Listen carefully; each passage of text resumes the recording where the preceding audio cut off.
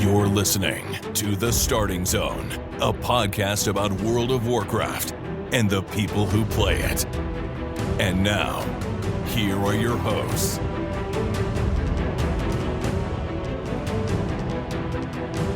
Well, hello and welcome to The Starting Zone, the podcast about World of Warcraft, the people who play it. Today is December 30th, 2024, and my name is Spencer Downey. Thank you so much for listening and subscribing to my podcast. I'm joined today, as always, by my co-host, Jason Lucas. Jason, how are you doing on this last show of the year?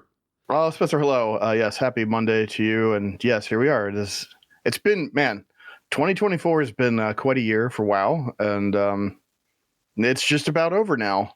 I think, 2025 will be a big year too, but I don't really think we're going to see like midnight this calendar year. So I think it's going to be slightly less of a big year than 24 was. We had a lot of WoW stuff this year, as you might expect. Mm-hmm. So, yeah, I mean, I'm doing well. I'm sort of in my long winter's nap phase for a couple more days. It's been kind of a light week of WoW stuff for me personally. I did get in and play a bit, but I'm way off track of my normal schedule because it's not time for that. It's not time to do the normal thing. It's the end of the year. I'm on vacation. I'm hanging out with family and doing, other kinds of stuff. So I think it's good to take that. It's not like there's anything pressing happening in World of Warcraft right now anyway. So it's kind of nice to just dial it back a little bit, spend time doing something a little different before we get back into the routine too much. Yeah. Well, my past week in WoW has been fairly active, actually. I have spent a bunch of time trying to make sure. So I'm at the point gear-wise where I'm just getting sockets. So now my, real drive to do Mythic Plus has tumbled down a hill on weeks when I'm not really enjoying Mythic Plus or not really keen on it, because I just need to do enough activities to unlock a socket, and then I can throw a socket in my gear and move on to the next piece. And the only piece that I would really potentially upgrade would be if I got a helm out of my vault. But since I have a crafted helm, the secondary stats on it are actually substantially better than what are on my tier helm for what I'm doing. So it's like a debatable upgrade. It's so much of a debatable upgrade that I'm like, I'd rather just go for the sockets for a couple weeks and take it easy, which is what I've been doing. But we've raided twice since the last time we talked on the show. And so last week's raids on Sunday, Monday did not go as well as we would have liked. We did see phase 3 a bunch of times, and we saw a couple could have been kill attempts where people just made little mistakes that unfortunately cost us being able to kill Queen Ensarek that week, as in last Sunday, Monday. One of which was the Death Knight on our team during the ad spawn phase, hitting his grippy hands and pulling all the ads onto Queen Ensarek and killing us all. Oh no, don't do that. That happened at 7%. That's always nice to have happen. Oh man. Yeah, so little things like that happened were very sad and unfortunate. However, it meant that we walked in last night and got a 7, I think it was an 8 or a 10% wipe on our first pull, and then we had a setback pull as you normally do, and then another setback pull, and then we had a pull that went to the platform phase 2, and our tank DC'd, and we're like, well, what's up? His power went out to his entire building, the whole apartment building he's in, and their predicted time for the power to come back on was 3 hours later. And so we had one of our DPS who also tanks Mythic Plus in the offense switch over to tank, and then we spent about 5 pulls with them learning how to do the tanking part of the fight, which they hadn't done very much of. There was a lot of oops, didn't have shield wall up for that, need to have shield wall up for that, oops, didn't have this up for that, need to have... There's a lot of those moments, and then we finally killed it. So we did in fact get Queen Ensarek down on Mythic. Nice, so we are Queen Slayers. We have the official title now. I looted the mount off of the boss for the first kill, which felt awesome. And this to go around, we're just doing if you loot it, you learn it. So that's a nice rule for me. It worked out really well. So that was great. So I have the white version of that mount now, which is very cool. And yeah, it's done. We're done prog. We're taking this week off from having to do raid. We are going to do first 4 bosses on Wednesday for people who want to try and get loot out of vaults, which I think makes sense.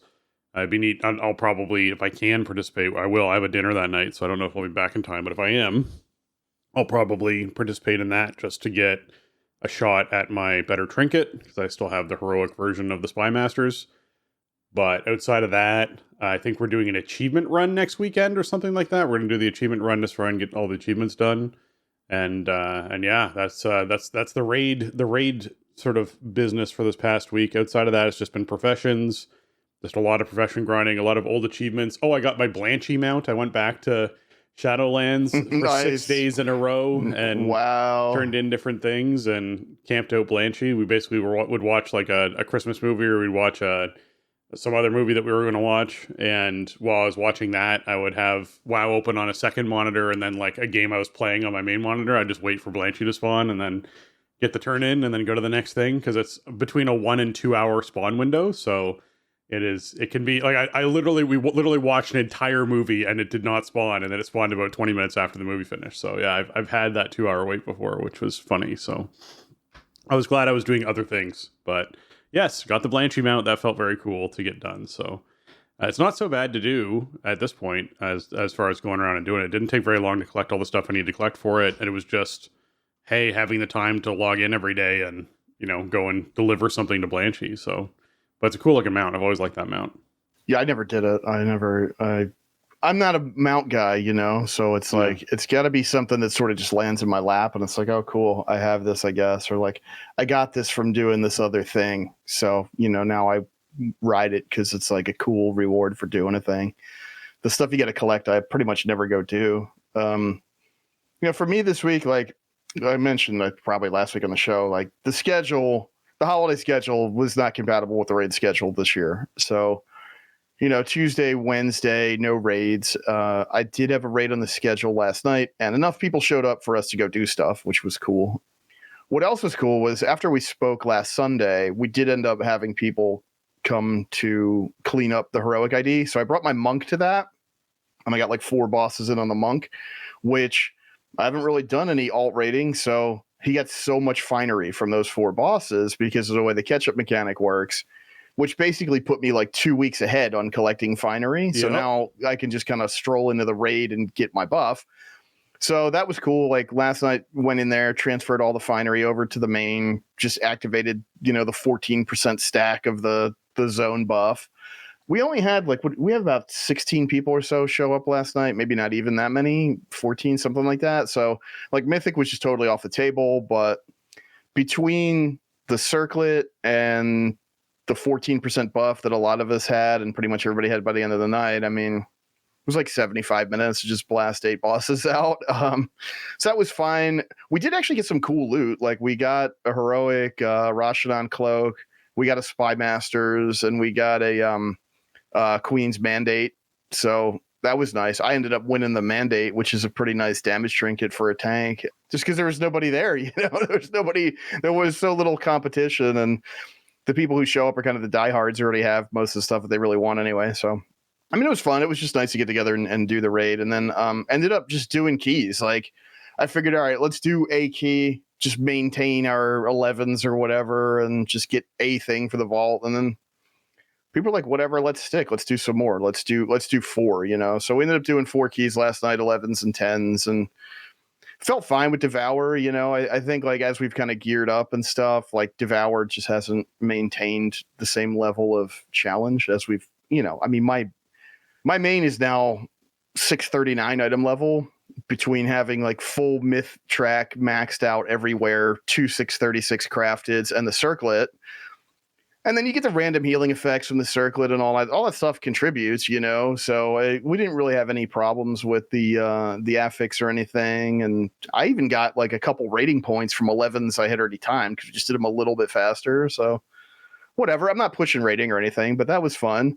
And at least I have a respectable vault for Tuesday. I might get something. The thing is, though, I really haven't bricked a single vault all season. Even last week, I got the Skarmorak shard from my dungeon row was Mythtrack, Skarmorak shard, and Mythtrack Mark of Cardros, which are like 2 extremely good dungeon trinkets for Prot Warrior, like 2 of the best that you're going to see in that row. And they were both in there, Mythtrack. And it's like, well, how do I pick between the 2 of these? I ended up going with the shard because I think it's just slightly better for dungeons, which is sort of like the highest level content that I'm generally doing. So but that felt good. It's like I have everything I could really possibly want. I'm on track to finish up heroic and mythic Mog once I get one more catalyst shard. So, I still want to have choices, but there's really nothing I'm even shooting for in there. There's almost nothing that would be an upgrade. And without doing any mythic bosses this week, no shot at the Seacron neck. So,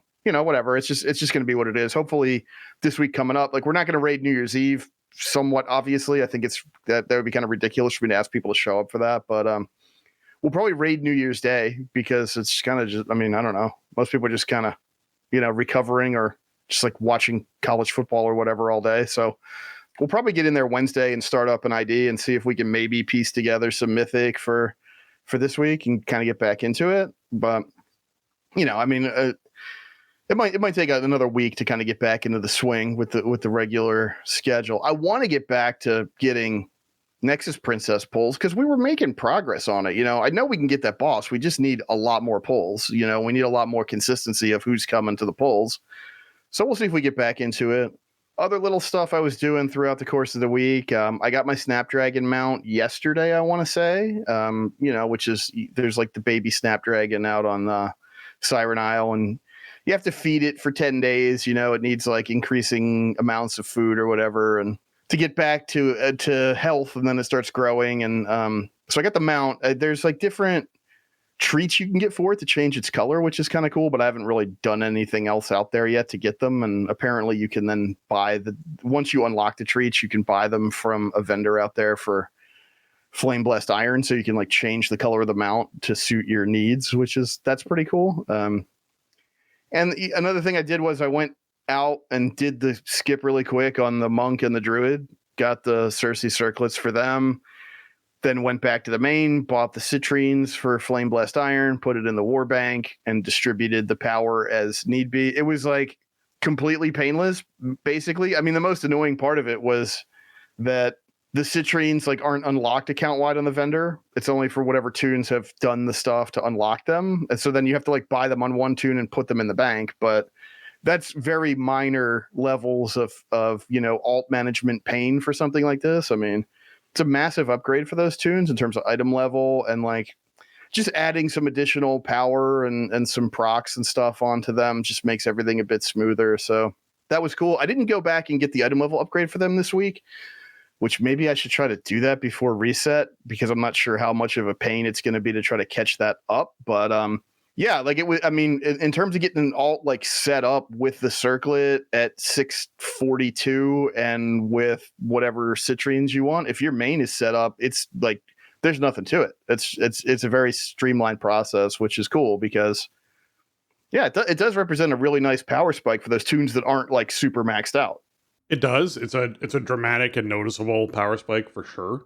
It is one of those situations where it was so easy for me to get set up on an alt that I actually like the upgrade process is even easier. The upgrade process was like 2 minutes. So to get the ring is 20, and then to get the first upgrade is 2.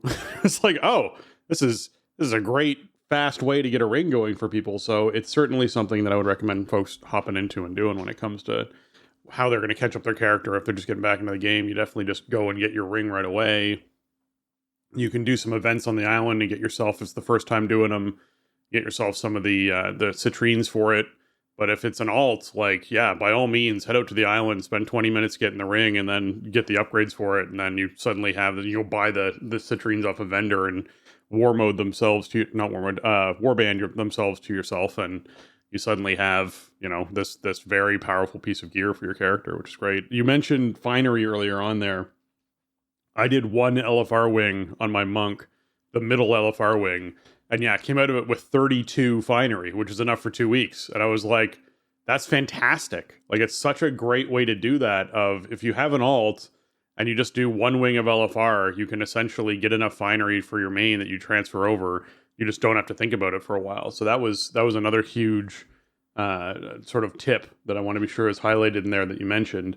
And then, yeah, the other thing I got this week that I forgot to mention in there, since we were talking about the ring and citrines, I got my Snapdragon yesterday. So the Snapdragon mount comes from feeding the meat to that Snapdragon on the new island every day. and it took, I guess it took like a week and a half or 2 weeks or something. I don't really know how long it took, but I got my it's 10 days. 10 days. There you go.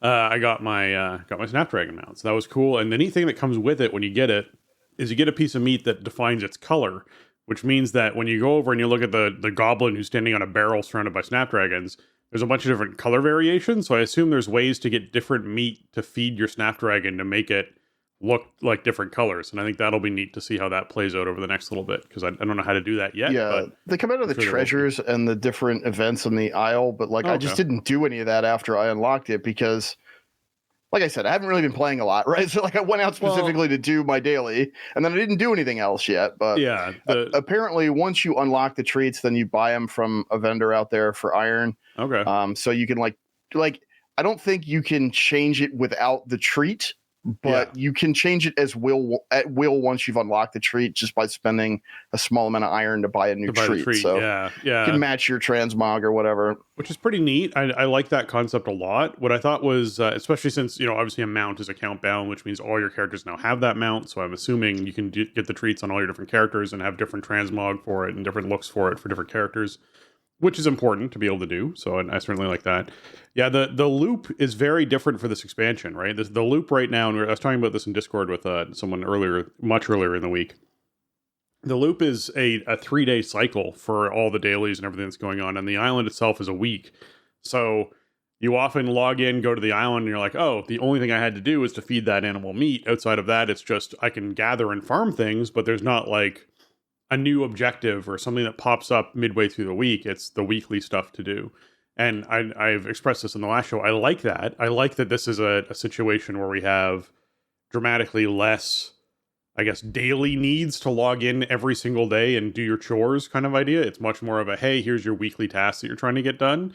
And there are some things that happen every 3 days. A lot of world quests happen every 3 days. But it does mean that, like, if you do all of your world quests on Monday, then you're going to get some of them that spawn on Tuesday, but not all of them that spawn on Tuesday, because the rest of them spawn on Friday. So you might put yourself in a situation, which was really weird, with the was it Ash? What's the spider zone? My brain's blanking. Ashkahet.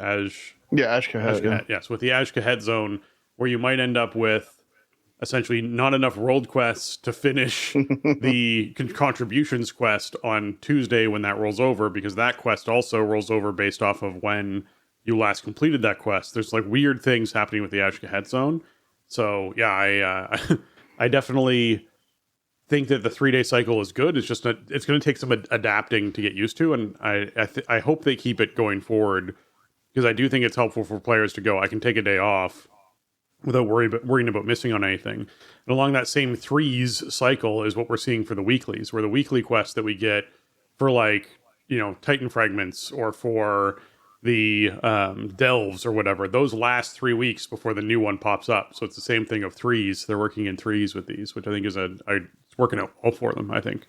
Yeah, and also, like, once you sort of get to the end of the process, like, there's pretty diminished returns. There's, the Paragon bags aren't really that great. I have still been kind of doing World Quest loops in general when they roll over, primarily because it's just an excuse to get out in the outdoor world, just kind of chill and enjoy the game, and also mine and collect treasures. Because, it's just, it basically is like a 3-for-1 for me at that point. I'll get some quests done, whatever. I'll get some rep that doesn't really matter, but the 1,600 gold out of the Paragon bag is okay once in a while. Get the treasures, maybe get some blue mats, get stock up on mining mats. But yeah, I mean, this is a real .7 patch in terms of this content. Like, this is so much lower friction than even Forbidden Reach was, which in 10.0.7 you could have essentially ignored Forbidden Reach if you had like a maxed out main and that was all you were really interested in playing at the time it came out. Like, yeah, the ring was cool. It wasn't like, it was good. It was, you could live without it. I mean, I guess it would depend on what you were really trying to accomplish in the game still. But even at that, it required a lot more investment initially to get it set up and powered up than what this does. This is just go there, Yeah, the initial visit might take an hour or two to kind of go through all the story questing and all that and kind of get the feel for how it all works. And then once they changed it, so you just get all the citrines basically right away, and you're just done with it, and then you can easily transfer that power around. It's not really designed as some kind of really deep content to dig into and spend a lot of time on. It doesn't seem to me. If that stuff is there, I'm not finding it. Yeah, and I think that's great. I mean, like, we're probably less than 2 months away from 11.1 coming out, and that's going to be a whole new giant zone to explore, a new renown rep to do, other new systems to unlock and power up. There's the friendship reps and all, like, on top of a season roll and all that stuff. Like, the last thing I would really want is for .7 to be something where it's like, I am compelled to spend 2 hours a day interfacing with a particular system inside of it or something. Like, right. It's just a nice little bonus. If you're still chasing something at the end of the season, here's some power up. If you want some new stuff to collect, here, have some mogs and mounts to go dig into and, get that stuff situated. If not, don't do it. I think it's fine. Like, that sort of usually when we see a .7, it's like quality of life changes. Maybe there's like a new vendor, there's some other adjustments that need like data changes, but there's very seldom like new stuff to do in .7s. Forbidden Reach was one, Siren Isles another, and it's just, it's really, like, I want to say it's like ignorable. Like, you don't really have to do it if you don't care, but right. There's a benefit there if you want to get into it, but it's not, the game is not saying, here, you must do this on a regular basis or else you will not be able to reach your goals. Like, this is just a little bonus on top of, it's the end of the season kind of little catch-up boost. Yeah, exactly. All right, well, let's hop into what's going on this week in World of Warcraft.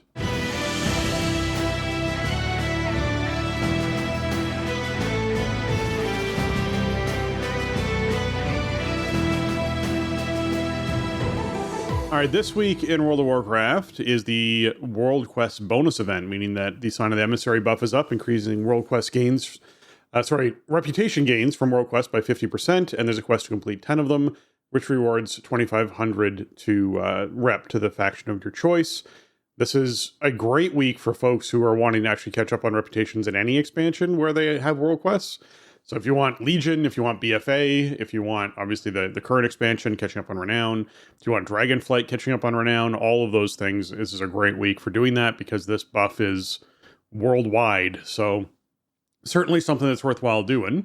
We also obviously have the Choose One week. This is the week for you head to the quest outside Nornival and you're picking between world quests or Snuffling or Dungeons or Awakening the Machine or Severed Threads Pact or Theater Troop. There'll be 4 of those. We don't know which of the 4, but of those 6, there'll be 4 choices. You'll pick from those 4 choices. Often the dungeon one is quite easy to do if you're already doing Mythic Plus for the week. You can pick up the dungeon one if it makes sense. Like if it's like, hey, this is a dungeon that you are going to run in Mythic Plus anyways.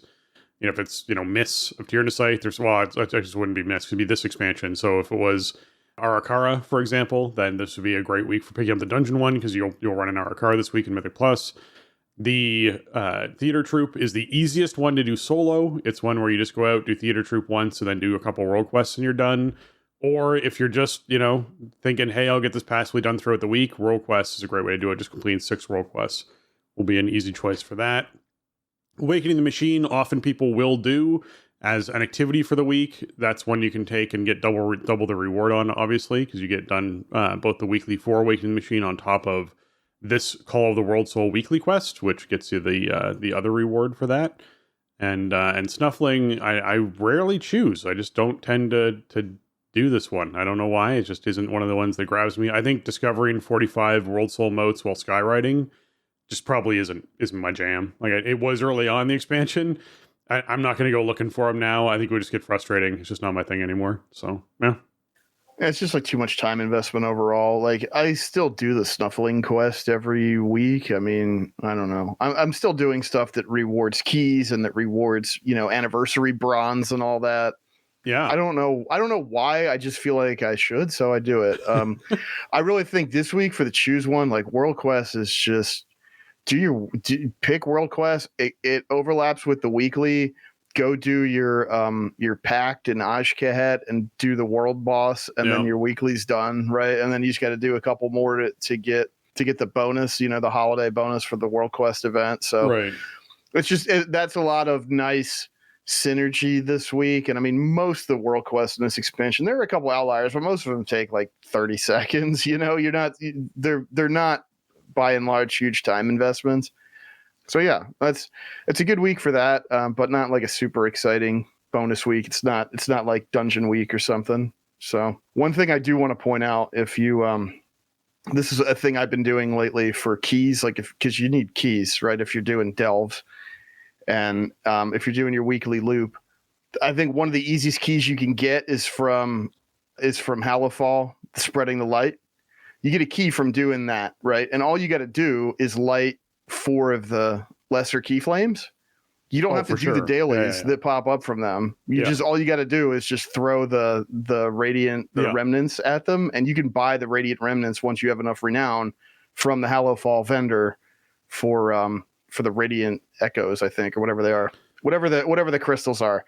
There's so many currencies in this expansion, but the crystals you get that at first you need them for all the vendor gear, and then you grow out of them and there's nothing left to do with them. For a pretty reasonable price, you could turn them in for radiant remnants, and then you can get keys on your alts from spreading the light in about 8 seconds in Halifal. So that's a nice. That has nothing to do with like the weekly Call of the World Soul or the weekly World Quest bonus event, although I think it does count as a World Quest, so might as well do that too if you're out there, right? That counts towards your 10 for the week, and it gives you a key for delve. So that's a way I've been saving myself a lot of time on the weekly loop for keys on the alts. Yeah, it's an interesting thing with the new island out there. It means we have more access to catch-up gear, which has been really nice for enchanting for me, where I've been disenchanting lots and lots of more things, which has helped out that currency of that profession a lot. However, with that new catch-up gear out there, it means that the catch-up gear that you purchase from the vendors is less important for your character than it previously was, which was what I was spending those remnants on. So for me, what I was spending the resonating crystals or whatever they're called on, that currency on, was basically I'd level an alt up, I'd go around all the renowned vendors and buy all of the gear with those crystals for that character. And so that character would basically be at like 600 eye level within a matter of moments, which was very nice. Whereas now, I guess it does make sense that you could basically just go, hey, I'll just take this person to the catch-up island and get them a whole bunch of catch-up gear, or I already have some banked from my main from doing the loop, whatever it is, and give that gear to them, use that currency for other things, and that's another great thing you could use that currency for. So good tip as far as that goes. All right, the classic Ashran is actually our brawl for the week. So the brawl for the week is basically heading back to Ashran, where the goal is to essentially defeat the other faction's leader on this large battlefield that has side objectives and things all over the place. However, what you'll notice the majority of people do, and this is something that's been happening for a while now with Ashran and Classic Ashran, is going down the sides of the map, bypassing all of the objectives and the other team, and then going directly at the boss of your other team's faction to try and beat them.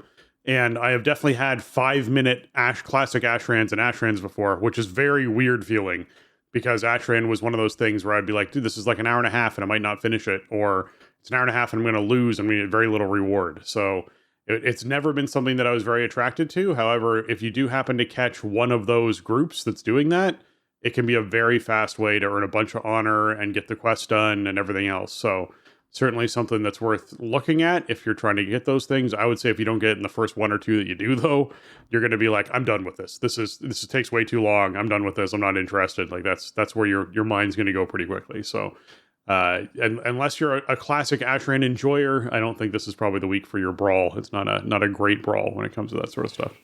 Yeah, this is stark contrast from South Shore versus Terran Mill from last week. There is a bit more technique required, even if you're going to do like that kind of boss rush. Like you got to know how to do that and where to go, and you got to know that your group is doing that and everything. So even with like the try to end it in 5 minutes strat, like there's some technique involved. And if you end up in one of those long ones, man, that ain't going to be no 7-minute death match thing. So but there are people who loved Ashran when it was current, and they made changes to it, and then they kind of reincorporated it as an epic BG, but it's not really the same thing. So every 12 weeks or whatever, it lives again for a week. So if you miss the good old days of Ashran, then you can get in there this week. Yeah.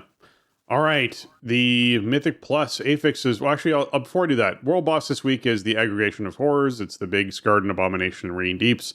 So if you're wanting to do that, it's a bit easier to get because there's like you have to defeat 3 adds before the boss activates phase. So it tends to be up a bit longer. So if you're trying to get the World Boss, you can get down there, get some 603 loot. Also, if you're still working on your Titan Shard fragments, try to do it outside of a group in the next couple of days. While people are still doing it, you can get down there and wait for another group to engage it. If you're not in a group, when you kill it, you get 50 of those fragments. So it's a great way to get those early on. Mythic Plus affixes for the week is Voidbound, means that players basically will experience Void Emissary spawns while they're in combat with enemies. Any mob that gets buffed takes reduced damage. Killing a Void Emissary gives players a buff that gives them 20% versatility and 30% cooldown reduction for 30 seconds. This is the week. Our favorite affix is back. This is the one that makes the biggest difference and feels the best overall when it comes to dungeons, and is also one of the easier ones to complete without it giving a buff to the enemies. So it's the least likely to give a buff to the enemies unless a bunch of your group dies. If a whole bunch of your group dies and you cannot defeat the Void Emissary in time, then it's a big problem, because the scaling damage reduction basically means there's no point in attacking anything but this mob when it spawns. So as long as everyone's targeting it and DPSing it down quickly, you will have this amazing 20% versatility and 30% cooldown reduction buff up the majority of the dungeon, which just feels great. So if you're looking to push keys, or if you're looking to experience some higher keys than you've done before, this is certainly a good week for checking that out, where this ad will spawn in and you just blow them up. Remember, this is the ad that has very little health, which means monks can Touch of Death this ad, which does the majority of its health, if not its entire health and damage, depending on how healthy your monk is. This is also something where our dragon folk or evokers can use their damage increased against shields, because it's entirely buffed with a shield. So be sure you're talenting appropriately to take advantage of that. Yeah, this is the week where I wish I had Shattering Throw back. Yeah, they brought it back and then it didn't really do anything. It probably wouldn't even work on this the way they brought it back in Shadowlands anyway. So whatever. But yeah, this is a great week. You even have like low fortified, high tyrannical, which I feel like is more conducive to people working their way through the system. The Void Emissary like takes cleave and AoE damage and stuff.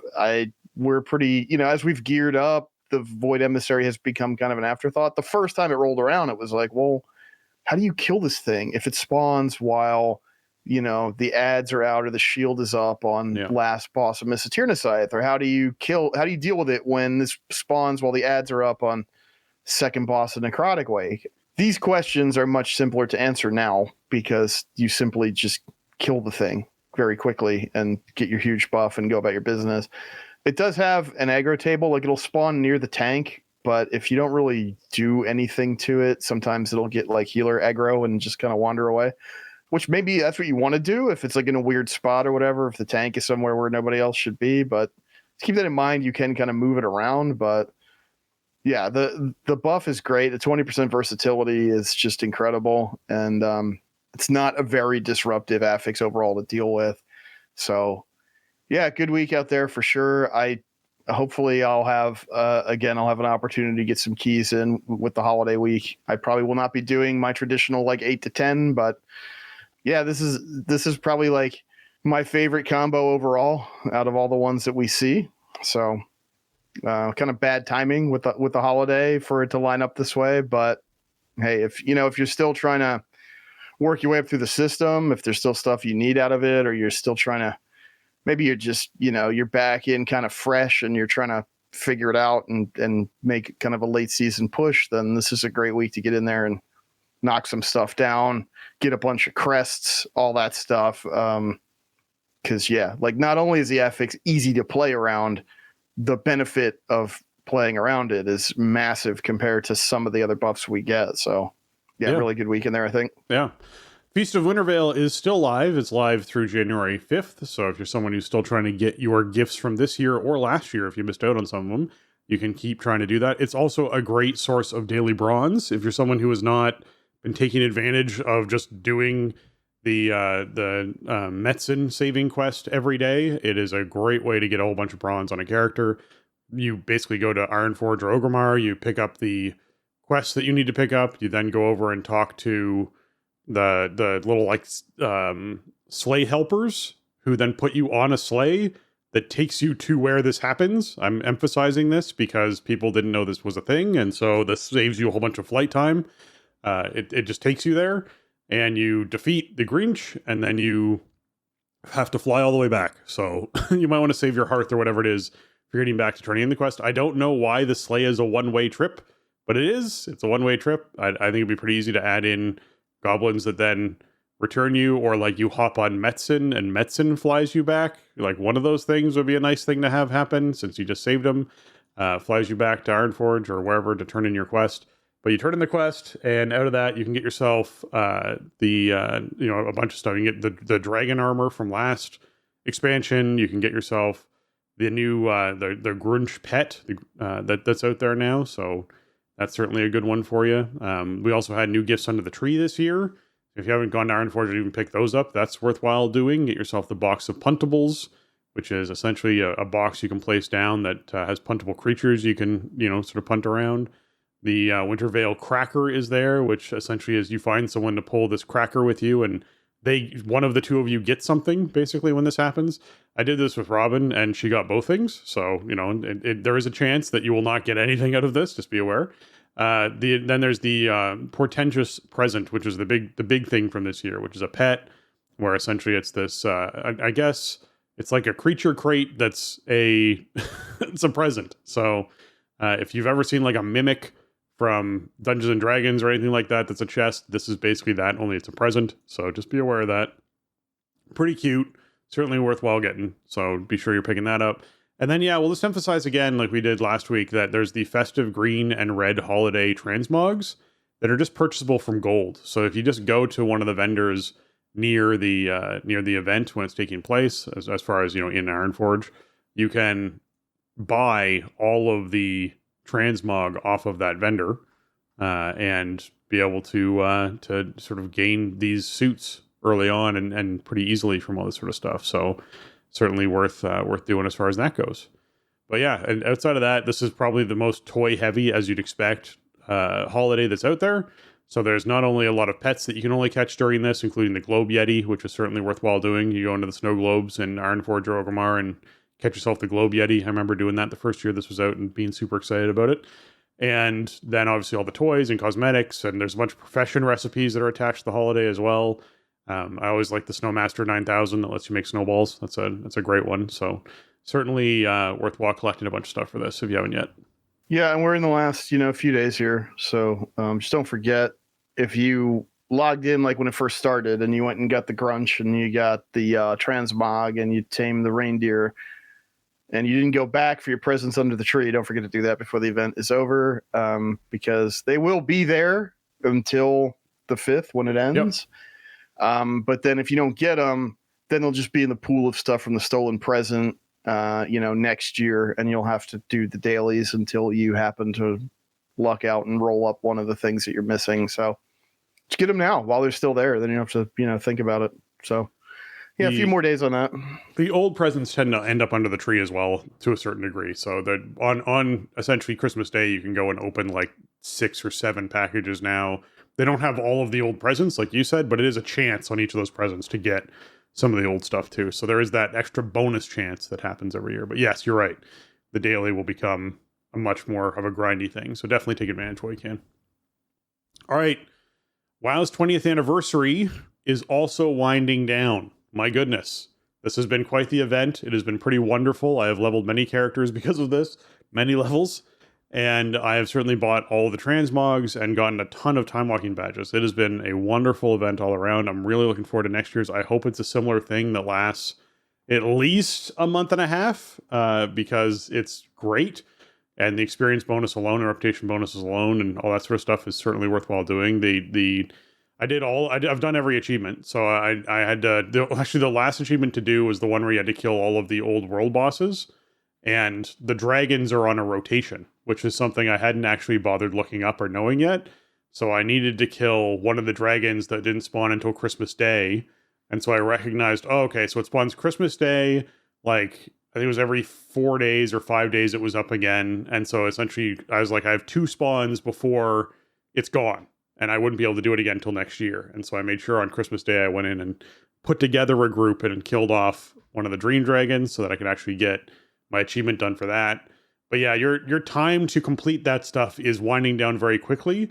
The things to be worried about is there's an achievement for seeing all of the different locations at the little location pad that's there, where you can go through and get your picture taken inside of different iconic locations. Those rotate daily. So you only have so much time left to actually get all those locations if that's something you're trying to do, or you might not be able to. You don't have to get all of them. You have to get like 5 different ones or 6 different ones or 10 different ones or something like that to get the achievement. And then same thing with the dragons. You have a limited amount of time to get the originals done if that's something you want to get done. And then outside of that, most stuff you can just like grind out. Like it's just time. So it's like, hey, I want to get all of the customer service stuff done. Sure, go for it. It might take you 5 hours, but that's something you can do, and you can spread it out over a couple of days if you want to. But we're just letting you know you got like a week left to finish this stuff before this goes away. So be sure that you are taking full advantage of it. I will miss what this area looks like. I think the Outside the Caverns of Time has been phenomenal. I really like what it looks like. I definitely would recommend people do a little take advantage, look around if they haven't yet at that area. It's very cool. I love the events that took place with the mount competition, the storytelling, and really neat as far as that goes. And if you're a shaman or a rogue, I'll say this again, go underneath of the transmog competition stage. There's a vendor down there who is selling things specifically for you that you can only get during the anniversary event. So be sure you're buying those up underneath there. It's a hex cockroach, I believe, as well as one of the poisons is a glyph or something like that for making a rogue thing look different. So be sure you pick those up while you can if you're playing either of those classes. Yeah, it's weird that it's almost over. It's like when it started, it was like, well, this is just going to be going on forever. And then they made the big changes to, a few days in or whatever to like just max out the bronze yield. And then I was just kind of done with it in terms of buying stuff. I have been for a while. I don't think I did all the achievements, but I think I did all the stuff for whatever the meta achievement is out there. But I gotta go back and check. Yeah, I didn't do all of the quests yet. I gotta do the guest relations quests. I did a bunch of them. Man, I'll tell you what, like doing them out of sequence was a mistake. I should have been doing them as they rolled out daily because it's a drag. Like I did a bunch of them all at once a couple weeks ago, and I did not enjoy the process. So I want to get them. I do want to get them done before the event's over, but I screwed up. I should have been doing one at a time as they kind of rolled out. Yeah, if you do them one at a time as they rolled out, I definitely found I paid way more attention to the story and what they were trying to do and the playfulness of it and how much fun it was. Whereas when you're like, I want to get this done, which is where most people would be at this stage, like you need to just pull up Wowhead and have coordinates and, essentially be going to where you need to do and not trying to solve puzzles. And like we're at that stage now of this event where if you want to get it done, you got to just get it done because it's certainly going to take up some time if you're trying to do something else. So keep that in mind. There was something else in there I wanted to mention too about guest relations. Oh, that's what it was. The Fell Cycle, which is the Secret Finding Community's mount that you can get. That is the most recent one, which is the whatever green Fell Cycle. That mount requires you to have the detective title, which you can only earn during the anniversary event. So now you do have some time because it also requires you to have something from Hallow's End, which, by the way, was a few months ago. So if you don't get Detective this year, just be sure that you're checking out, if you want to get the Fell Cycle, there's sort of list of things you need to be able to get that mount, so that as the different holiday events happen throughout the year, you can pick up the things you need to pick up for it, so that when the actual anniversary event rolls around again and you get your Detective title, you can work on that mount if that's something you're wanting to do. Otherwise, just be sure you get the detective title out of the way now so that you don't have to think about it, and it's just sort of done as part of that whole process right now. Yeah. Okay. Wow. We've had a bunch of updates that came out about what's next in World of Warcraft. We had the War Within Undermine development notes come out. We had a Take a Trip into Undermine blog that came out. And I guess we're gonna cover some of this so that people know what's coming up next. Because when that anniversary event ends, I get the feeling like we're not too far out from having a PTR and moving into season 2 and all that kind of stuff happening. So this is what we got before the holidays. Some of this is a little bit more stale news, but we wanted to be sure we were covering it on a week when we had time to do it, which is this week, because we knew that Blizzard Campus would be all shut down and they wouldn't be announcing anything this week. So this worked out well. Okay, we have the raid, which will be the Liberation of Undermine. This is a 8-boss raid, similar to the previous one we just came out of. And so we will be seeing, I assume, raid testing for that kicking off sometime mid to late January for folks to see that and start testing out some of these encounters. It could be as early as next week, actually, depending on when they choose to do some of this raid testing. So we'll see what happens with that. And hopefully it is going well as far as bosses go. The whole theme of this expansion, I think, is going to be really fun with a very goblin gambling themed. I think it could be neat to see what they choose to do and how playful they choose to get, because I think they could make this a really lighthearted, fun, silly kind of patch for folks to enjoy.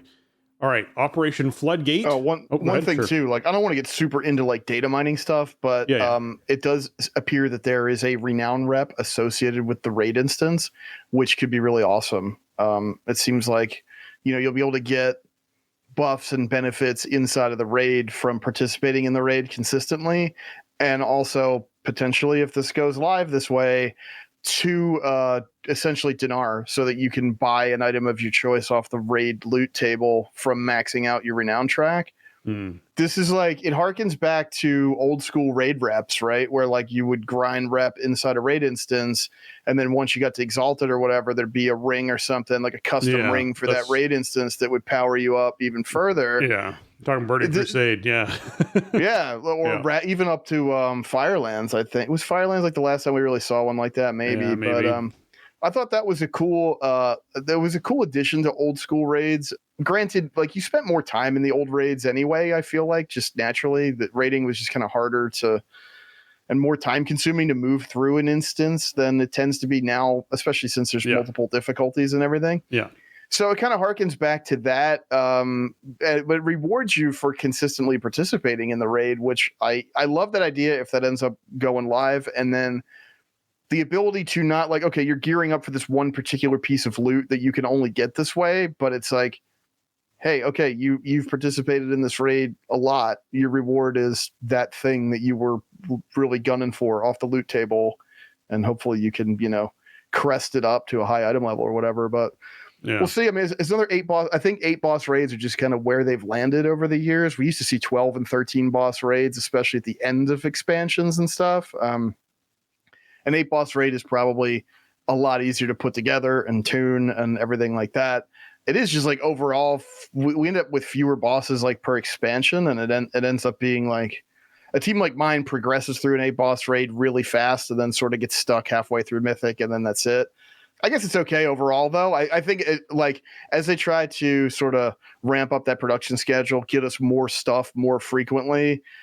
I think an 8 boss raid is just kind of the max size that we're going to see, to be honest. And I guess it's okay as long as the fights are fun.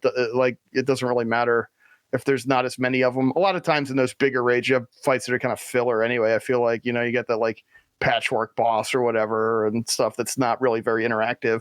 Also, I want it to be fun. Like I want them to really lean into how wacky and zany goblin stuff can be. And if we're going to be doing a raid where we're the Liberation of Undermine, and some of these bosses are like Rick Reverb, and you're like, okay, well, is this going to be like a disco party dance kind of crazy boss? Like that sounds like it could be a lot of fun. And they have the opportunity to do some fun stuff with these bosses. So I'm hoping they leaned in on that. All right, Operation Floodgate is the new dungeon that's going to be coming out. It's a race against time to stop the Dark Fuse and Venture Co. from blowing up a dam that would flood the Ringing Deeps. I don't know why they'd want to flood the Ringing Deeps, but I guess we'll find out storyline-wise. The dam obviously is most likely the dam that we already know and do quests around inside of Ringing Deep, so I assume it takes place somewhere associated with that. But yeah, it is a dungeon. There's going to be 4 bosses in there for you to check out, and obviously it'll probably be part of Season 2 of Mythic Plus, I'd imagine, is where this would fall into. So Operation Floodgate is going to be going live. The Cage of Carnage is a new PvP arena that folks will be able to hop into, set in a demolition dome. I hope this is very Road Warrior leaning in. It'd be very cool to see Mad Max Road Warrior stuff as far as this goes, where it's a gladiatorial arena where players are dropped in via trap doors separated only by a haphazard metal platform equipped with ramps at every corner. So certainly a fun place for folks to run around and do some PvP. It looks really small. This is like a small arena, so it should be Carnage should be definitely on the menu for this one, and maybe this would be a cool addition for the rotation for Packed House. You know, you get those small arena maps and just put a ton of players, and hopefully, like, they haven't really mixed that rotation up in forever, but based on what this looks like in the video and what they were saying about it, this could be a candidate to be in that rotation. I think that would be really fun. Yeah. And then something interesting happened. They put a class change inside of their feature blog because it's so important that it needed to actually find its play in front of everyone's eyes. I had to highlight this one. Like, we're not gonna get into all of the class changes that are in these notes, but man, they are taking a huge pass at Prot Warrior, which is why I have to talk about it on the air, because they're really changing the rage throughput kind of calculus, but also making, like, along with that comes some kind of significant damage nerfs. And what they say is that, you know, Prot Warriors are constantly flooded with rage. It undermines rotational defensive decision making, encourages constant dumping of rage into ignore pain. That's true, and it does kind of suck. And it's also super high APM, which is kind of annoying. So they say they're taking a pass at reducing protection's overall rage generation to make decisions on when and how to spend it more meaningful without reducing their ability to tank effectively, which, like, hopefully that's true and will require, like, correct tuning. I would like to press fewer buttons and still be, you know, alive. That would be a plus. I think the 2-piece for the set this season should help with that, or in terms of, like, slowing down the overall APM and kind of the frenetic rage dumping. But you have, like, shield wall procking, hopefully, like, 2, 3, 4 times a minute for a few seconds. That should smooth everything out. But man, this seems like it's going to be quite a big damage nerf in terms of the tuning that they release, like the changes that they're proposing for this initial build.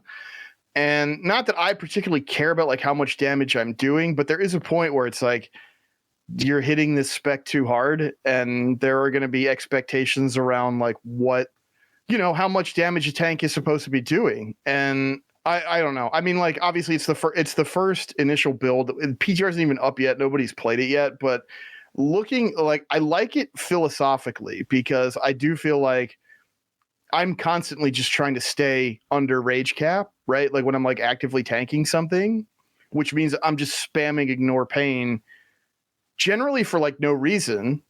And that also means not only am I pushing a key every GCD, I'm also pushing a key in between every GCD almost. Which is that's just obnoxious. You know, that I'm getting older. That's a lot of keystrokes, you know, and also, like, it doesn't feel great because ignore pain is not, like, an individual ignore pain cast is not super impactful. Now, they are significantly buffing ignore pain with these changes, which is great. Like, an ignore pain cast should be much more impactful. Yeah. Like, it should stick around a lot longer. Like, right now, I'll cast a couple ignore pains in a row, and then I take one swing, or the boss does its mechanic, and my entire bubble just goes away. So it should be better in that regard. But, you know, if it ends up being a massive throughput nerf overall and damage output goes way down, then the spec is going to need a lot more attention. So I'm, like, on the fence. I like the philosophy of, like, let's slow down let's kind of stem the rage flood. Let's back off the ignore pain rage dump constantly, right? Like, I love that, because it's too much of that currently, but you can't, like, kill the spec in the process. The spec still needs to stay alive, and the spec still needs to output damage. Like, the way they've designed the game, the expectation is that the tank is contributing not on the level of a DPS, but the tank is contributing meaningful damage to the encounter.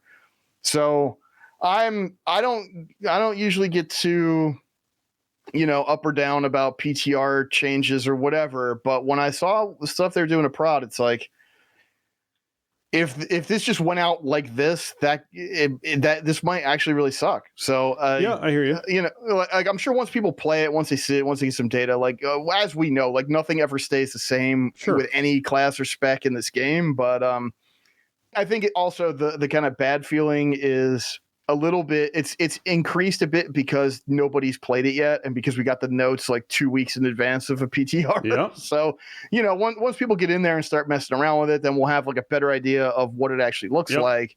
I also understand that you kind of want to take the biggest swing initially, right? So like they're going to tune it the most extreme to begin with, including the stuff that's getting tuned down, and then you kind of dial it in. So I'm trying not to overreact, and I like the direction that they want to go. We just have to get there in a way that's actually going to work for players. So that's I believe that they'll get there. I just hope we don't have to suffer too long in the process. I hear you. And so I pulled another example of this, right? So where I was leading with the beginning of this is that we're seeing changes with this patch that are like actual, what you just emphasized, dramatic changes to classes inside of this patch note blog that we got.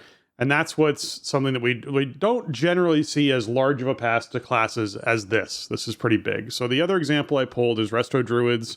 This is another one that's very close to home. I was healing for the majority of the back end of of this current raid. I really enjoy it. Healing is very close to my heart. And there's some things they're doing that are great, like Improve Nature's Cure, which is the thing that lets Nature's Cure, the Dispel spell for Druids, be able to actually cure off poisons and curses. It's being rolled in as an actual, learned thing that you get at level 10. When you hit level 10, you just learn Nature's Cure. It's no longer a talent. It's been removed from the talent tree. You don't have to spec into it, which means in season 2, druids will just be able to dispel, in any form that actually has Nature's Cure. They'll just be able to dispel poisons and curses, which is great. So I'm really glad that's happening. They also are essentially making it so that Harmony, our mastery talent for Resto Druids, they're increasing its effectiveness by 30%, which on, the front end is like, wow, that's incredible. That's massive. 30% buff to our mastery is huge. Haste has been our best stat for a long time. Maybe this will finally make mastery better. However, Harmony now reduces its bonus with each additional heal over time effect, which means that the more hots you put on a target, the less that target benefits from your mastery, which is counterintuitive to that. And so they're like, all right, so the developers' notes on this are to update Harmony the update to Harmony is intended to reward more heavily the first few heal over time effects applies to a target, while tempering the scaling at a large heal over time counts. So this scaling will still always make it a bonus to have additional heal over time effects on the target. It's just that debate of like, oh, how effective that is goes down. But what this means for healing for Resto Druids is most likely where we're taking talents to try and get as many hots rolling on as many targets as possible, like high priority, because you want to get that mastery activated and you want to get like 3 or 4 hots on a target and then use regrowths to try and get heavier heals happening and those sorts of things happening. This now rewards Druids for just putting 1 hot on everyone. Right, if you just put a couple of hots, like 1 or 2 hots on everybody, that's a 30% effectiveness increase on all of those hots than we previously had. However, if as soon as you add more of them, it starts going down. And so you start having that interesting conversation of like, is it better for me to get 5 or 6 hots on someone? Well, it's always good to. It's always positive to do that. But it's may not be as much value for you as putting 5 hots on one person versus putting 5 hots on 3 different people. Right? As far as like spreading those 5 casts out on different people, you might actually get more overall effectiveness out of doing something like that healing wise. So it's going to change how Resto Druids heal in a big way. We're also getting Tranquility time reduced from 8 seconds cast time to 5 seconds cast time, which is massive because they're actually keeping the healing unchanged. So we're going to see Tranquility become a major healing cooldown again for Resto Druids, whereas right now it's kind of like a throwaway thing where if you have to cancel early, you just cancel early because the actual difference of you finishing a trank or not was not a massive amount of healing, which is weird. That it's like, yes, you have this big cooldown that used to be like an amazing healing cooldown for raid now that's kind of like a mediocre healing cooldown that if you end 3 seconds early, it's fine because you had to move, because nothing will let you stand still for 8 seconds unless you get like a spell warding buff or something, right? Like something that actually makes you immune to damage. You're probably not going to be able to finish your 8-second channel in a lot of situations on a lot of fights. And often standing still to channel for 8 seconds means that you're not able to focus the amount of healing attention you need to targets that are actually taking critical damage and being targeted by abilities or casts, which means that those targets die because you're healing everyone for this little amount when specific targets needed something. So this is a nice big buff to Resto Druid as far as what we're seeing as far as that goes. And then last but not least, this is my favorite thing for Druids. They're just making it so that all damage that you take is reduced by 20%. So just straight off the bat, the damage reduction that keeps Restoration Druids physical or magical damage dealt equivalent to previous patches when selecting Circle of the Wilds or Circle of the Heavens talent, we are making this change, the all damage reduced by 20%, with the goal of removing Restoration's Druids' utilization, either their physical or magical damage, instead of weaving between them both in order to reduce damage rotation complexity. In other words, hey, as opposed to me going like, hey, I need to cast these spells because we have this damage type coming up soon so that I can take reduced damage, you just take reduced damage. It's just so needed. I would love if this also affected other Druid specs. I've been complaining about how squishy Boomkin is for a while now. Man, oh man, was it ever emphasized during this previous raid where there were so many things where I was using... There was one raid night where I was struggling to stay alive, and my raid leader's like, maybe you might have to go bear every now and then and use Frenzied Regen. I had used Frenzied Regen 38 times over the span of our wipes for that night. I had gone into bear and been using it regularly, multiple times a pull while we were doing prog to try and live through the amount of damage that we had coming in. They just... The fact that you look at shamans and other classes that just have a static stamina increase for themselves, like Boomkins just need something, and they are getting it. There is something else that they're doing inside of the talent tree that makes me really happy to see. The Ursoc Spirit, the one that increases your stamina while in bear form by 10%, now actually increases your stamina in every form by 4%, and in bear form by an additional 5%. So thank you for listening and doing that. So we're seeing dramatic changes across all the classes, but we are seeing them change how classes work. Jason's emphasized that. This Resto Druid thing with Harmony emphasizes that. We're seeing multiple other ones where classes are just going to feel like a different class. And I know my raid leader, the moment we killed that boss yesterday, went, hey, if anyone's planning on switching anything, let me know so that we can start working towards A, gearing that character, B, getting familiarity for you on that character, C, recruiting for your old position, because if you were a healer and you want to go DPS, that's a thing we have to figure out. So I will say that players should expect that this season 2 is going to feel like a lot of their classes are very different. So just keep that in mind when we're talking about this PTR stuff. It is going to be stuff you want to test. I will be making a character copy on PTR and messing around with the character to try and figure out what stuff feels like and give some feedback. That will be something I do this patch go around, because it does feel like that important enough of a thing. And I wouldn't be surprised if Jason chose to tank a couple of dungeons with Prot Warrior just to have an idea, even though he normally leans away from doing PTR stuff, because it's going to be a big change. Yeah, this is, pretty much every class and spec is getting some pretty significant changes. We didn't really see a lot of, we saw some like .5 reworks, but not as much as we saw like early Dragonflight, I feel like. And so this is sort of, maybe this is catching up on some of that stuff. I mean, with hero talents and all this other stuff, and some of the hero talents really did come in kind of underbaked a bit. So you kind of expected this stuff to come in, but you know, it's a new numbered patch. It's a .1, so you kind of expect, okay, a big kind of class refresh, rework for the middle season of the expansion, and you know, it's a lot of stuff changing all at once. So the landscape is definitely going to be a bit different, and yeah, we'll see. You know, like I said, in my case, I'm trying to keep an open mind. I like the basic idea of what they're doing, but man, it just seems like they might be dialing the throughput back way too far.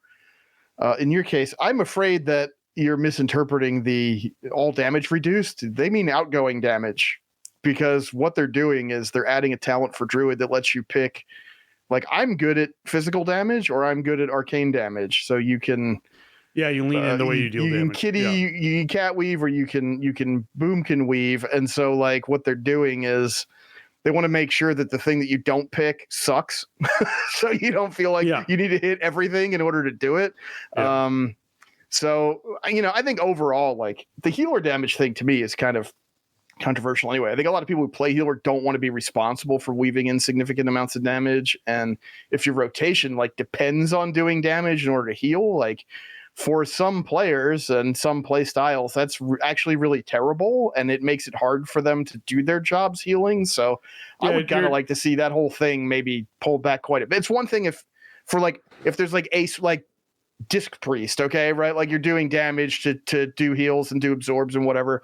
Cool. But like not everybody wants to play like that, especially when it comes to healing. So I would be fine with them kind of clawing some of that back and going like healer shop is to heal if you have extra GCDs, cool, weave in some damage spells, but not like you have to be cat weaving in order to do the most healing you could possibly do. I think players just don't like that. I was thinking of two different things, and you're right. I messed that part up. I was definitely thinking of two different things, but the 20% damage reduced factor the thing I like about this change is if you're someone who doesn't like cat weaving, you can spec into the boomkin side of it and just spam wraths and throw up dots when you want to do that, and that is more effective. So much better. Yeah, it's more effective than having to cat weave, and that cat weaving is the only thing to choose.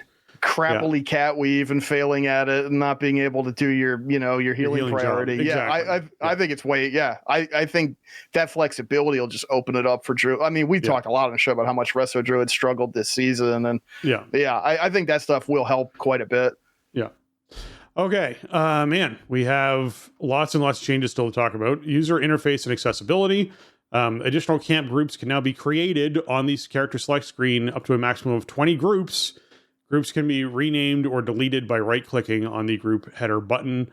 I love this idea, especially for characters who are on a bunch of different servers, where when you actually want to select that character, it has to change which realm you are, and you get that awkward realm select screen. I would love to be able to have warbands per server if that's something you want to do, or warbands for what you do for raiding and then what you do for farming, or what you do for, you could have your Horde and Alliance groups. You could have whatever way you want to do it. You can have 20 different groups, lots of customization there.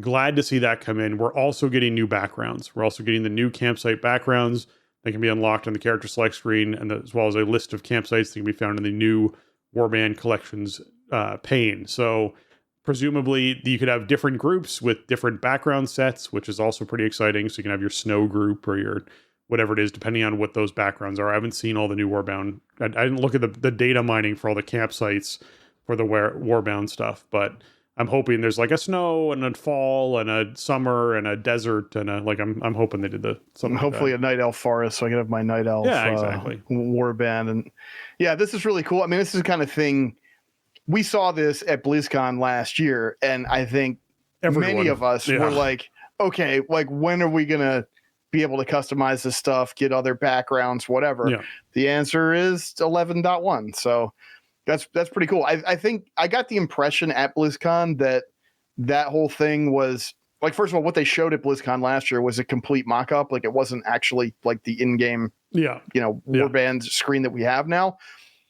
And I think like they were nowhere near at the point of being able to conceive of different backgrounds for it or whatever at the time. But it was obvious, like right away, it was the first thing people kind of jumped to, like, oh, can I pick a different background? Can I customize this, whatever? And so that's cool. I think a really cool thing about it too is it's a way to you could just add on to this forever, right? Because you can theme a campsite around a new zone that comes in a patch, theme it around a raid zone, whatever. Like you have all kinds of existing stuff in the game to theme it around, different locales or climates, different character race stuff, like do like an Iron Forge one or whatever, you know what I mean? Like you could do all that kind of stuff that's already there. And then every time you add new stuff, you could theoretically have a campsite background that's kind of ties into it. So I love it. I didn't think we'd get it this fast, because it seemed like a wouldn't it be cool if kind of thing a year ago, and now it's almost here. So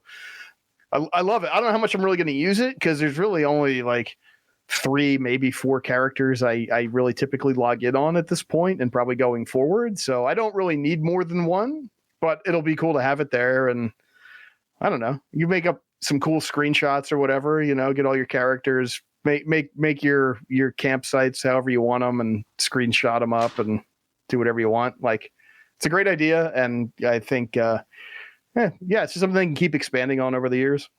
Yeah, I'm excited for what it means. I'm a little disappointed we didn't have warband system back in BFA, because we could have had an underwater campsite. We could have had like all sorts of crazy things, right?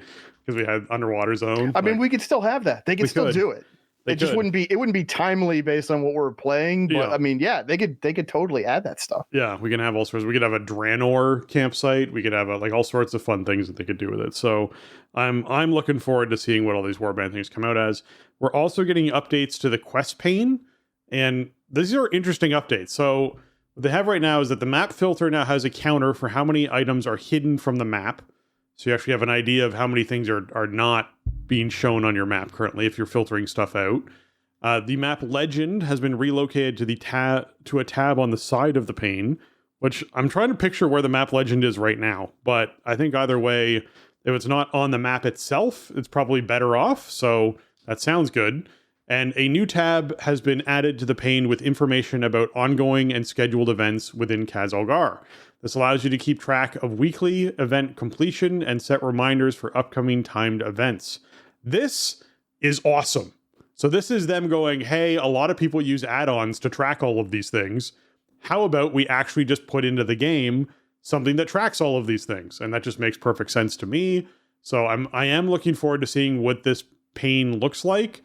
The fact that it's going to list off the events for maybe just the zone that you're in, I'm not sure, for what these actual timed things are. So you just open up your map and when the next theater event's taking place. Supposed to going, okay, it's 12:23, so it's 37 minutes away from now.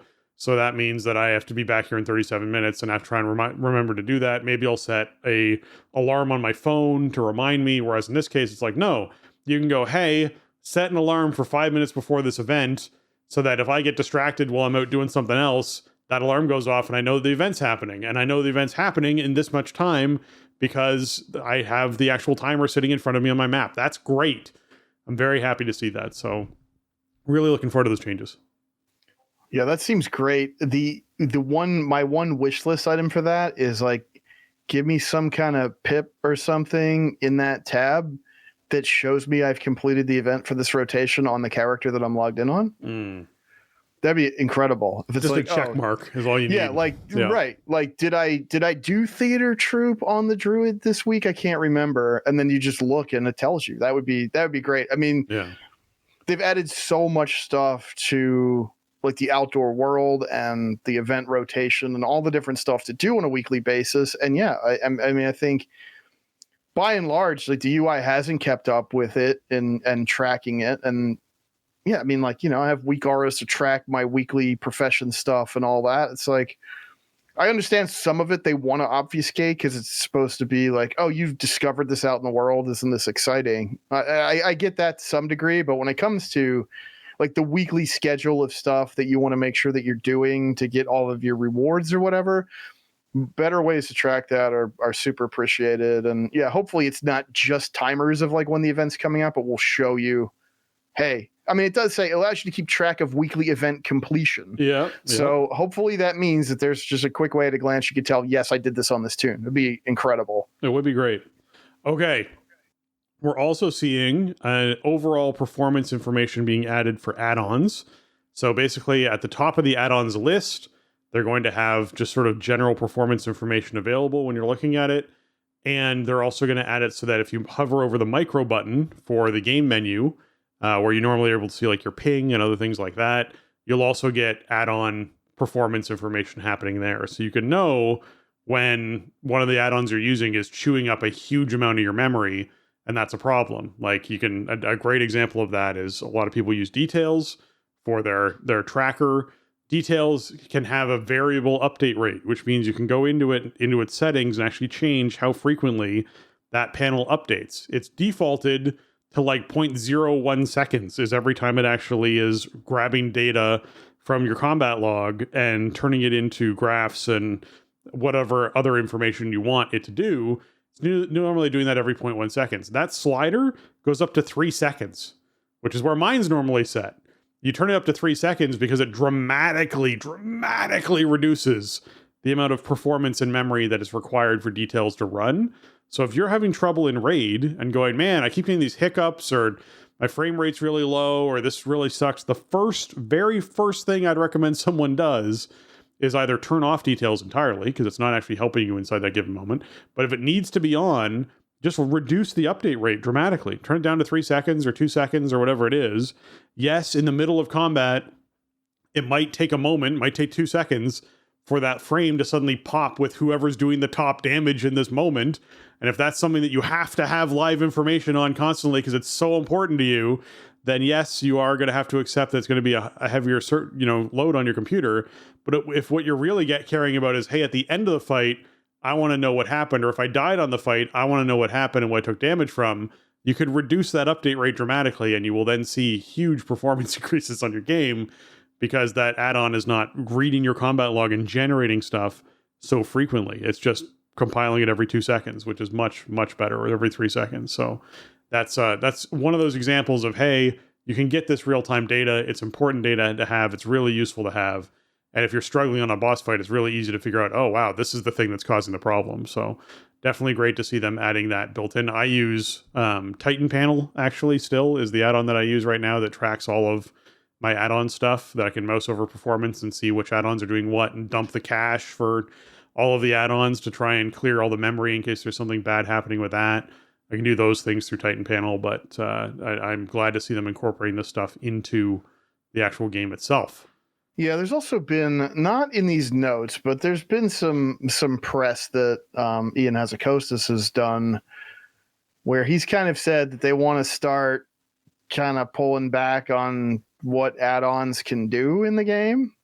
And, specifically referencing like information that they're giving to players during raid encounters, I guess, is really like the angle that they want to take on this. And to that, I say, be careful. How many times in the show, especially in the last 4 years or so since Shadowlands, have you and I lamented, like, you cannot do this fight without add-ons? Yep. Like, the in-game UI does not allow you to. Yep. How are you supposed to do this without a weak aura suite or without, a boss mod or whatever? The Dreadlords fight in Sepulchre, there was no UI support for that at all. So you want to claw back what weak auras can do, fine. You have to make the game more playable then. Yes, you do. You are taking on the responsibility of providing baseline UI functionality that does what people do with weak auras. We know where to get them. It's not like a weak aura is hard to like find and install once somebody has made it a good one. If you don't want people doing that, cool. You have to make the game work then in a way that we can use the UI without needing that. So, I think some of these add-on changes in 11.1 are probably in service of that, is my thought, with some of the, the different ways that they're sort of categorizing them and stuff inside the game client. So, we'll see how it turns out. This is something that the team kind of puts out there publicly about like what they want to do with add-ons frequently. And then usually they end up flexing back on it anyway. Like, maybe they'll have private auras on a fight or something for a while, and then they kind of give it up when they're just not seeing kills or whatever. It's like, you have to make the UI work for us, or let us make our own UI then, Yeah. And the one thing I would emphasize for them, if they were going to be changing add-ons and removing the accessibility, is the stuff that you've already said. But I would say one of the features I'd want added to the game that I think would be desperately needed for the game is something that you can set up per boss. This is per boss. This could be inside Mythic Plus or inside dungeons or inside raids, where you have a drop-down list of bosses. You pick the boss you want. That then puts up a literal like map of the time of that fight. So the fight, let's say the Hardened Rage is 8 minutes. So you have from 0 to 8 minutes. And it's just a straight, plain timeline. And anywhere you click on that timeline, you can add a reminder. And that reminder can be, you click on it and it goes, okay, you've clicked on 35 seconds in, and then you just pick an ability and you go, I want to remind Convoke. So I know that 35 seconds in, there's going to be a voice or an alert, or I can choose whatever it is going to be that pops up on my screen that goes, hey, use Convoke at this time. And then as you progress through the fight, you can literally build that out. So you go, oh, I know that we're going to need a better healing cooldown here. Let's add that here. Let's build this out. So before people even come into a fight even, you can set up ahead of time your entire timeline and allow people to export those if they want to and share them with each other. So that if you have a healer who's going to be sick that night, they can share their entire timeline with someone else. So someone else gets all of their cooldowns and all the timings for the cooldowns. Right now, all of that is done through other add-ons. All of that, the entire system. Liquid currently has something called Liquid Reminders, which does that. And it's protected. You have to like sub to get access to it and spend money and whatever to get access to something that does this exact thing that I'm talking about. There's also other add-ons out there like MRT that allows you to, which is Method Raid Tools, which allows you to essentially set up like a list of events to take place. And when the combat timer reaches those times, then you get an alert that moves onto your screen and something happens. There's all sorts of different things out there that do it. It needs to be baked into the game. It just does. Like it needs to be baked into the game that people can go, hey, I know that a minute into this boss fight, I want something to remind me that this is going to happen. And this is the more advanced form of boss mods. Boss mods have been around for a long time. So if you're someone who uses bigwigs or uses deadly boss mods, it's the same concept. When a boss does a certain emote, when a boss does a certain yell, when a boss does has a certain time happen between abilities, then this particular alert happens. That will warn you that something's happening, or when a boss is casting a certain thing, an alert happens. It's just reading your combat log and going, hey, these things are happening. Let's give people visuals. Being able to basically make your own in a baked-in easy way of making your own reminders for things is just the next step of that. And I think it's something Blizzard could just grab and throw into the game as a tool that would be super useful for players. So like to me, it's if you're looking at scaling back add-ons and you're talking about, hey, what are ways that we can support the player base if we're going to be scaling back add-ons, a great way would be allowing players to build their own in-game reminders for things. Like just let them build their own reminders for fights. It'd be a really big deal to let people do that.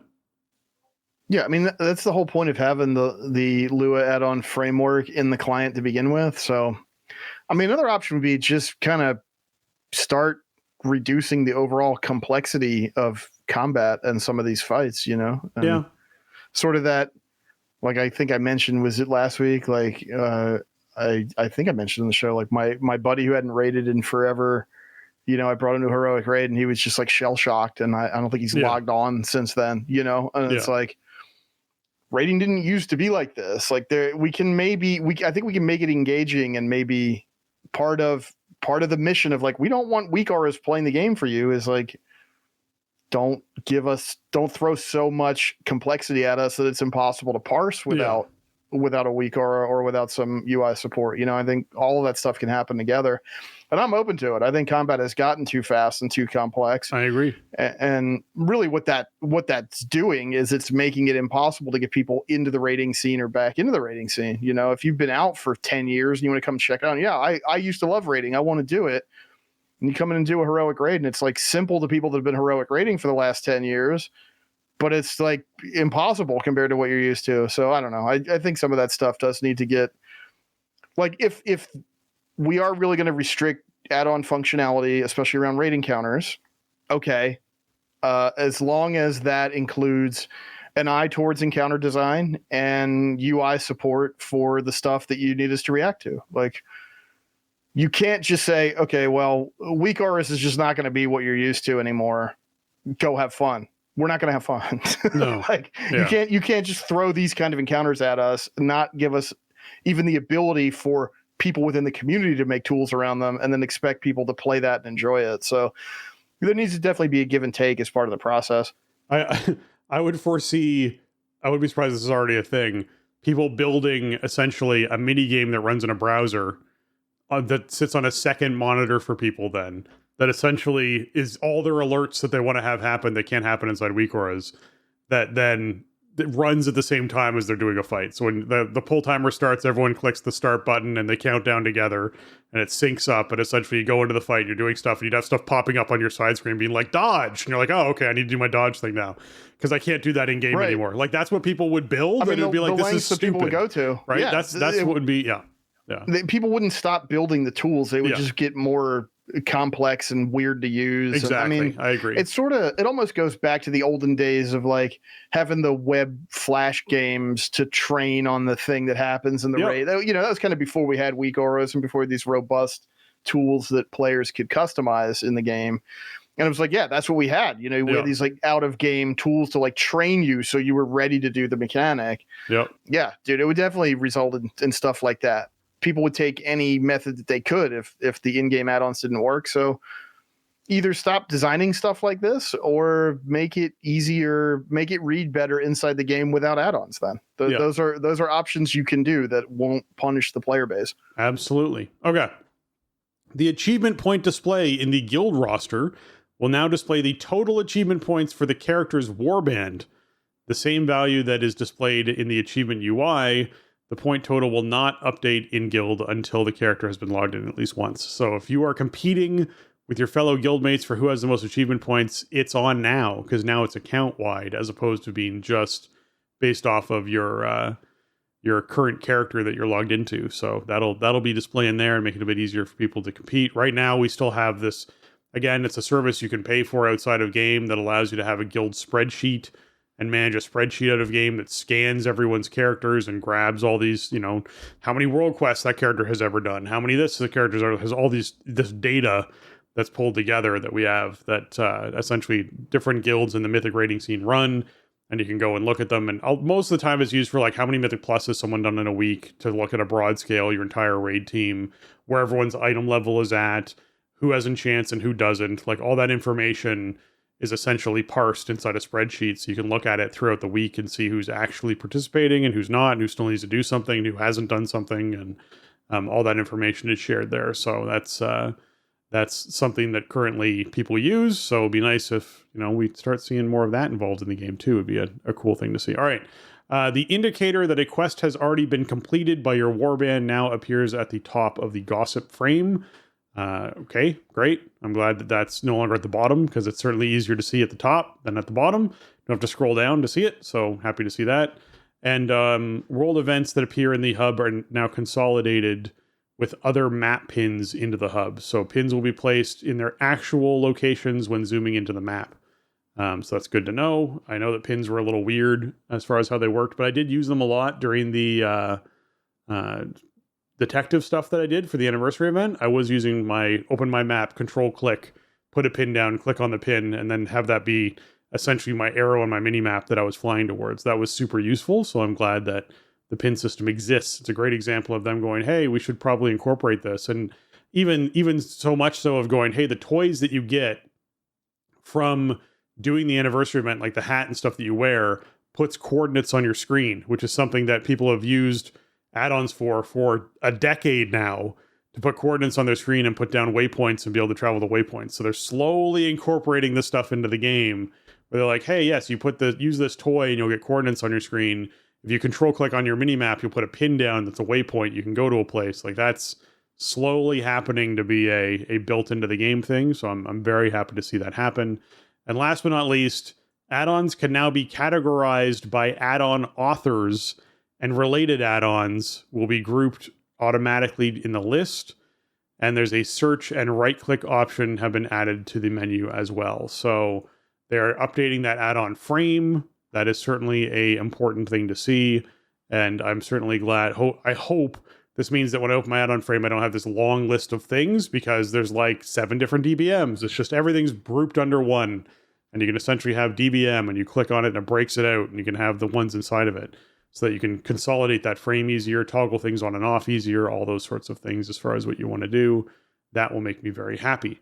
Okay, so those were like the more in-depth notes that we were getting, but there's a couple features we hadn't mentioned yet that I want to be sure we mention, which is obviously there's going to be new delves. There's 2 new delves happening in this patch, the Excavation Site 9 as well as the Side Street Sluice. So those will be 2 new delves. It does look like this is still Bran, who's going to be our helper for all of this. I had gotten the impression when they first talked about Delves, like every season we'd potentially be getting a new member helping us out inside of Delves and going along with us on the journey. So I'm curious as to why it's still Bran and whether or not we're going to see in season 3 maybe a different helper, or whether it's just going to be Bran for this expansion and then maybe next expansion it changes. But that's one of the things. Like that might be the case. I think what they landed on was like, they didn't want you starting over with a new companion. Yeah. You know, and which makes sense. I mean, I've done a lot of delves now with my brand, and my brand is, you know, level 60. That took until like, I don't know, last week or 2 weeks ago. And I'm a player who plays a lot and does a lot of delves. I'm sure most players are not level 60 brand. And then so like you didn't even get to the top of the hill with him in this season, and then you replace him with somebody else, and maybe that character doesn't inherit the levels or whatever. Yeah. So I think they just decided, you know what, let's stick with the familiarity. Bran is the guy for this expansion, and I think it makes sense. But you know, we will see stuff mixed up with Bran because there's going to be new curios that are more goblin themed, and you know, he'll have a new tank spec that you can put him in if you want to try out some different play styles. So, you know, keeping it fresh without having players start all the way over with a new companion, I think it's better. Like at first, they, you know, like last year they did kind of say like, okay, you know, the idea is to have a different companion every season. And I thought that sounded cool, but in practice, I think it's better this way. I have a lot invested in Bran now, and I want to take advantage of that level 60 Bran from, you know, day one. I mean, they could make it so that your companion just inherits the levels, but I think it's better this way. What I would do is if the way that I would imagine they would do it is they would add 20 levels to Bran that you can work through, or 30 levels to Bran that you can work through with this patch to level him up to make him more powerful. They would take the slice of what Bran is at 60 and start the new companion at that as far as skill level goes. So you can keep using Bran if you want, leveling Bran up, or you can use Kazlo, like or whoever you want to use, like Gazlo if that's who you want to use, and Gazlo will essentially start at a level 60 Bran level of power, and will have the same 30 levels that, you know, he can gain throughout this period of time. And so essentially you aren't giving anything up by choosing to do that. If anything, if you're someone who didn't max Bran out before, they can now have an accelerated path to getting him to 60, or they just have an item or whatever it is that skills him to 60 so that everyone starts at the same playing field. But you know, maybe this other new one would be the better choice because you're not dealing with low-level Bran. You're dealing with something that's relevant to the current content that's happening right now. You just start with this new person, right? That to me would be interesting to lean into it that way, but because you're not giving up the power as far as that goes. Like that's the concern, is giving up the power. Then they could just start out the character as being as powerful as level 60 Bran would. So I think there's ways to do it, but this is certainly a simplified thing to do, and I like the idea that they're adding a tank spec that'll make it more variable. Obviously the new curios will make it more variable, so I think there's certainly things they're doing that I think are good choices. It's just there was a way to do it, so it's an interesting choice to go ahead with this, and there just must be more story that leans into that, which is why I'm curious whether season 3 will stick with Bran or not, but we'll find out. Okay, and then last but not least, you get in your car and drive. Basically, drive is an acronym that they have in there. The meaning of drive it stands for dynamic revolutionary improvements to vehicular experiences. That's drive, and you'll be able to get a customizable vehicle that is designed just for use inside Undermine. You can push the boundaries of locomotion as you sort of race around at these causeways and byways at a higher rate than on a ground mount. So essentially, this will be the fastest mount you can use in the area as far as ground mounts go, zipping around down there in this car. And I'm looking forward to seeing everyone's cars and the customizations they do with them. I will say the Zeppelin was like or the dirigible, whatever they called that flying machine that we got from Delves, was a little bit of a letdown for me in that I want way more customization for it, which I imagine is coming in season 2. But in season 1, I was like, oh, this is really rad. I definitely want to use this. And then I customized it twice, I think, and then was like, all right, it's kind of where I want it to be. I'm not going to touch it again.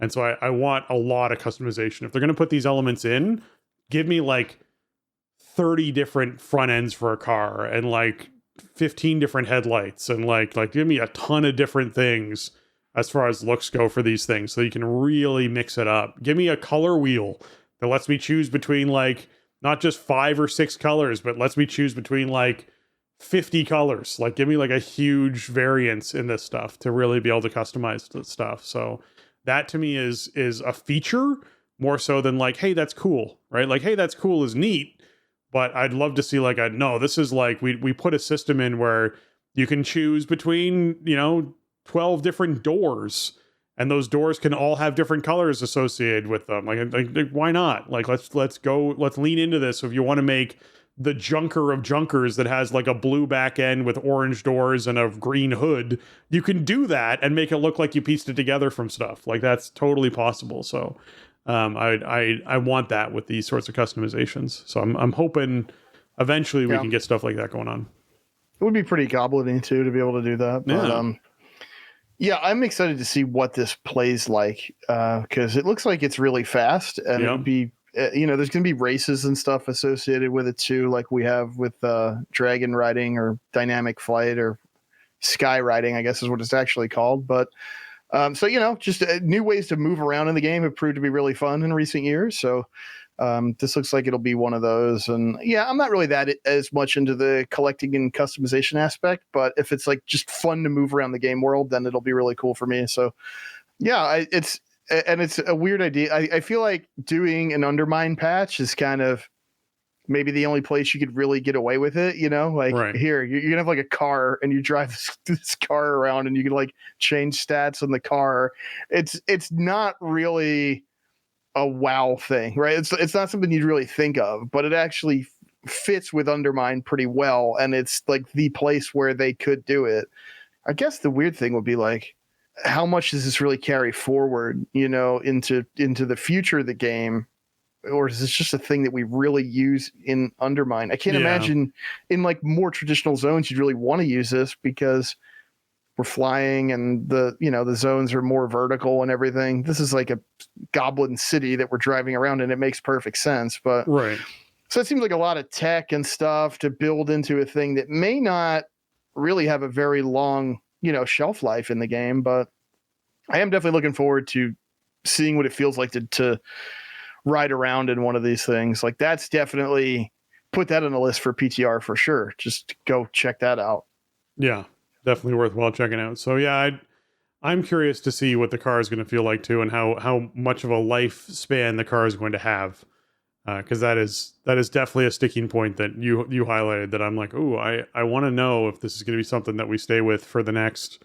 It becomes like the ground mount. Like, are there going to be ski attachments so it can go across water with like a jet engine on the back of it? Like, what are we like? How can it go on railroad tracks with like little railroad attachments? Like, I don't know. It'd be kind of cool to see what they choose to do with it. So there's a lot of customization there that they can go with. So I'm hoping again that they lean into the goblin zany and craziness of what's going on. Okay, folks. With that, I want to take a moment to thank our patrons. They contribute a ton to our show and help us to improve on the content we create.